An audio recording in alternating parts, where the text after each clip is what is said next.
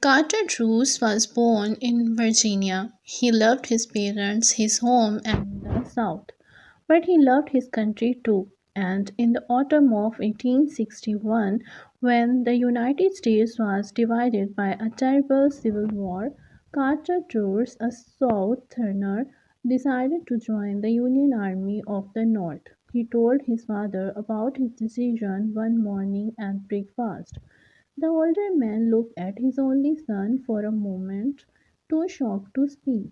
Then he said, "As of this moment, you are a traitor to the South. Please don't tell your mother about your decision. She is sick, and we both know she has only a few weeks to live."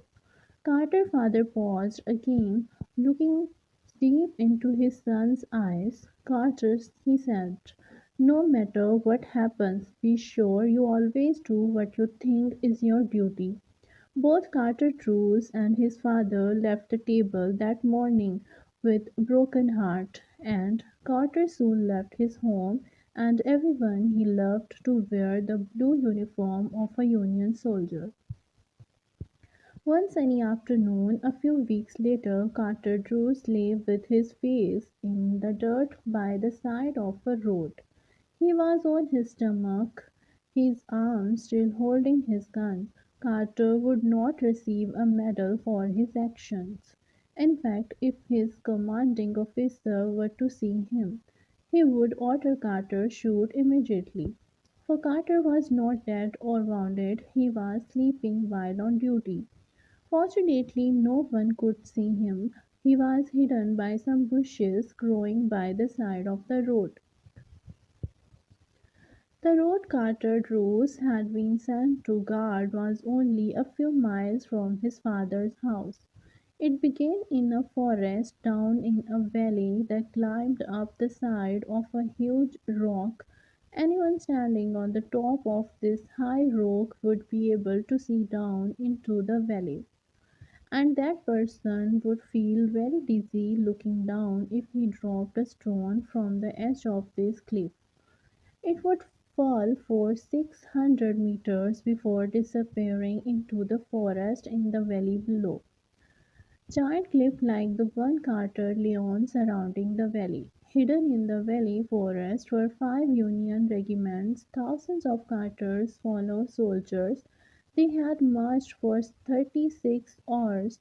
Now they were resting, but at midnight they would climb that road up the rocky cliff. Their plan was to attack by surprise an army of Southrons camped on the other side of the cliff. But if their enemy learned about the Union army hiding in the forest, the soldiers would find themselves in a trap with no escape. That was why Carter Drews had been sent to guard the road. It was his duty to be sure that no enemy soldier dressed in grey spied on the valley where the Union army was hiding. But Carter Drews had fallen asleep. Suddenly, suddenly, as if a messenger of fate came to touch him on the shoulder, the young man opened his eyes. As he lifted his head, he saw a man on horseback standing on a huge rocky cliff that looked down into the valley. The rider and his horse stood so still that they seemed made for stone.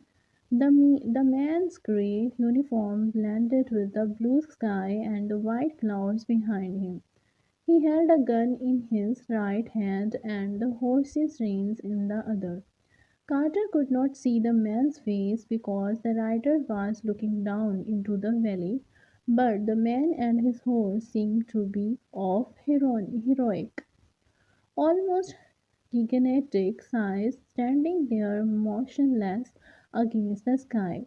Carter discovered he was very much afraid, even though he knew the enemy soldier could not see him hiding in the bushes. Suddenly the horse moved, his pulling back its head from the edge of the cliff.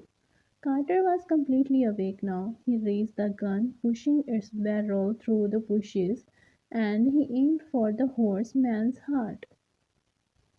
A small squeeze of the trigger and Carter Drews would have done his duty. At that instant the horseman turned his head and looked in Carter's direction. He seemed to look at Carter's face, into his eyes, and deep into his brave, generous heart. Carter's face became very white, his entire body began shaking, his mind began to race, and in his fantasy the horse and rider became black figures rising and falling in slow circle against a fairy red sky.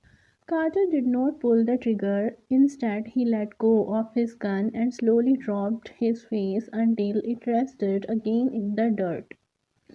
Brave and strong as he was, Carter almost fainted from the shock of what he had seen.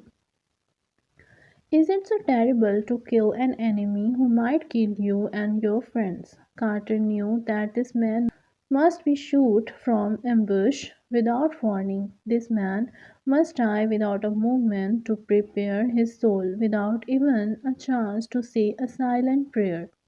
Slowly a hope began to form in Carter Drew's mind. Perhaps the Southern soldiers had not seen the Northern troops. Perhaps he was only admiring the view. Perhaps he would now turn and ride carelessly away. Then Carter looked down into the valley so far below. He saw a line of men in blue uniform and their horses, slowly leaving the protection of the forest. A foolish Union officer had permitted his soldiers to bring their horses to drink at a small stream near the forest. And there they were, in plain sight.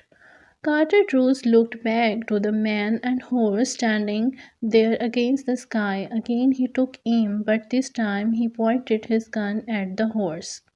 Words rang in his head, the last words his father ever spoke to him. No matter what happens, be sure you always do what you think is your duty. Carter Drews was calm as he pulled the trigger of his gun.